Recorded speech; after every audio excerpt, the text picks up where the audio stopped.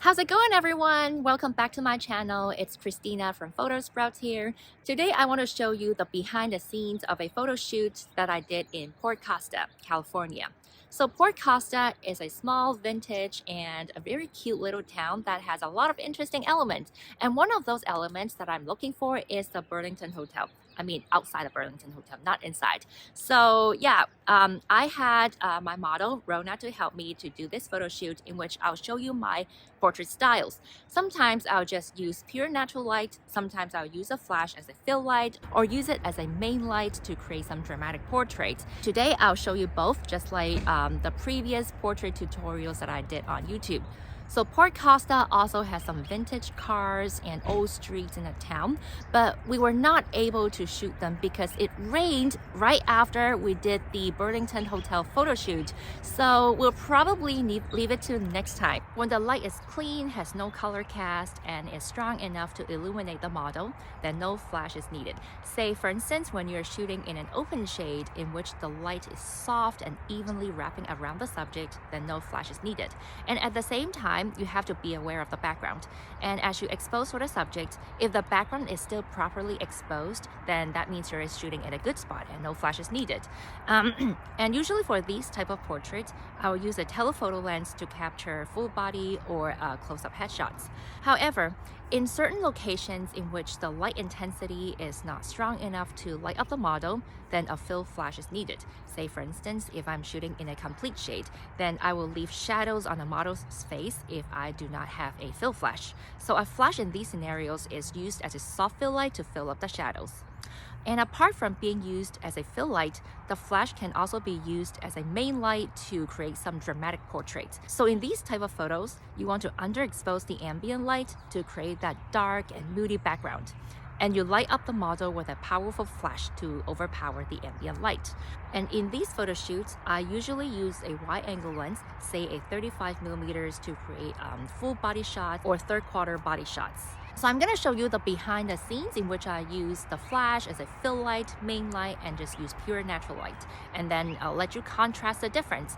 I'll start with the flash as a main light to create some dramatic portraits. So let's get started. Everybody has their job, 9 to 5, and getting drained. They settle for my focal length is 35mm. Now, this is my ambient exposure.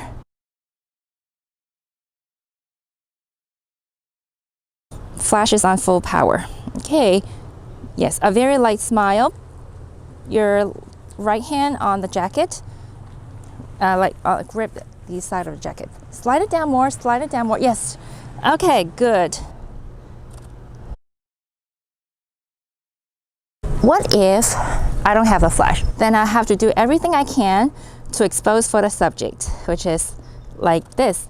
And now she almost has the same exposure as the background, which is not making the model stand out.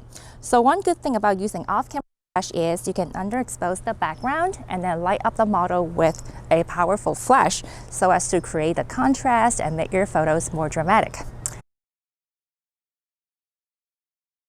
Okay, now let's do something else. We'll have you stand right here. Okay, glue your butt like this, and I'm gonna use those leading lines in the foreground. Bring the flash closer, closer and higher. The rule of thumb is the lower third of the flash is lining up with her eye level like this. Okay, let me shoot vertical. Yeah, I have to know what's the best angle for this. Okay, now this is my ambient. Okay. All right, now turn on flash. Good, Rona. I'm gonna bring the flash closer to you. It's not strong enough. And might be too high. Lower it. Okay. Okay. 1, 2, 3. I'm adding a second light as the hair light to separate Rona from the background. I set the second light to grip B. The power is 1/4. And I also popped an orange gel in front of the flash to create a warm afternoon look. The hair light is placed roughly 45 degrees behind Rona to replicate natural sunlight. Okay, yeah. Do this. Yes, good. Show me more of your dress. Lovely. Yeah, okay, suck in your belly. Fingers light. Yes, show me that fingers more. Put it on all over on your elbow. Good, all right. Yeah, look at me. Yes, like this. Good. There was nothing wrong using natural light here, but a flash would just make your image look more dramatic. Wonderful.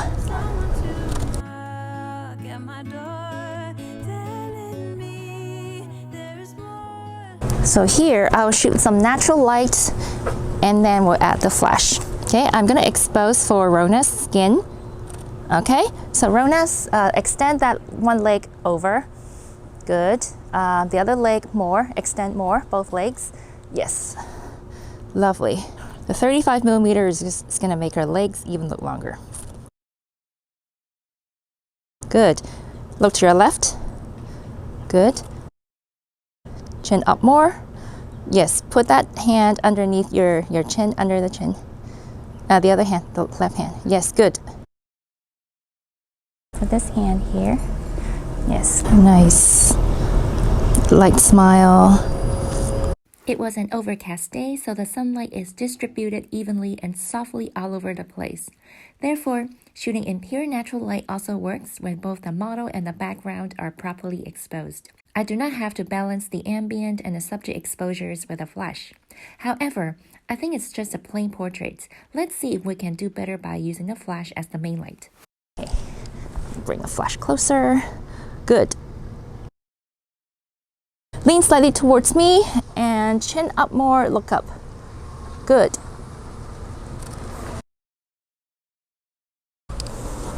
Yeah, and extend, put this on top of it. Good, like this. Okay, this is beautiful. Look up. Good. Smile at the sky. Good. Love it. Doing this YouTube tutorial, both of us has put in a lot of effort. Please follow us and subscribe to our channel and like this video. What the future might bring, I hold my breath, waiting for someone to knock. Expose for her face. Good. Legs, cross your legs. We're now in a complete shade. And in fact, there are two strategies to shoot in a complete shade. Beautiful. And one of them is to use a fill flash. The goal of using a fill flash here is to remove the shadows on Rona's face. Now add the light just to fill up the shadows. This is a fill flash. Okay, beautiful. Lovely. Okay.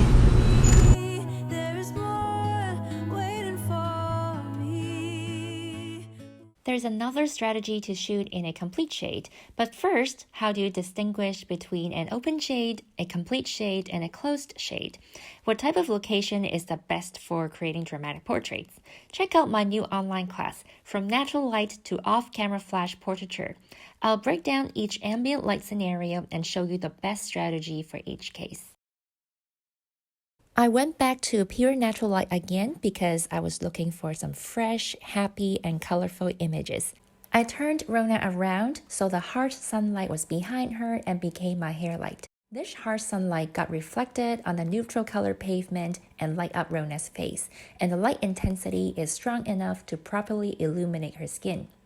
At the same time, as I expose for Rona, the background is still properly exposed, meaning that it's not washed out, so this is a good location for pure natural light to work.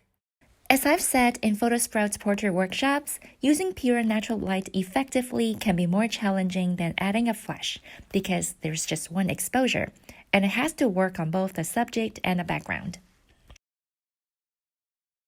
Natural light is good if the light intensity is strong enough to light up the subject and the background is also properly exposed when you expose for the subject. But in certain scenarios, natural light is not strong enough to light up the subject. Then you need a fill flash. And you can take your flash photography to your next level by seeing the flash as a creative tool rather than something that fixes the issue. You can use the flash to create some dramatic portraits by intentionally underexpose the ambient light and light up the subject with a flash. In my opinion, as a photographer, you need to know both techniques and use the one that fits into the theme of the photo shoot. And in some situations, there's really no right or wrong whether you use a flash or just pure natural light. But in certain scenarios, say if the background is so much brighter than the subject, then you really have to use a flash to balance the subject and the ambient exposure. And I have these kind of tutorials in my other YouTube videos, so I'll put the links in the description down below. So, what do you think? Please write down your thoughts in the comments, and if you find this video useful, please like it and subscribe to Photo Sprouts. I'll see you next time. Thank you so much for watching. Bye-bye! We're Photo Sprouts photography workshops in San Francisco and Palo Alto. Equipment is provided for beginners so that they don't have to buy a camera to come to a photography class.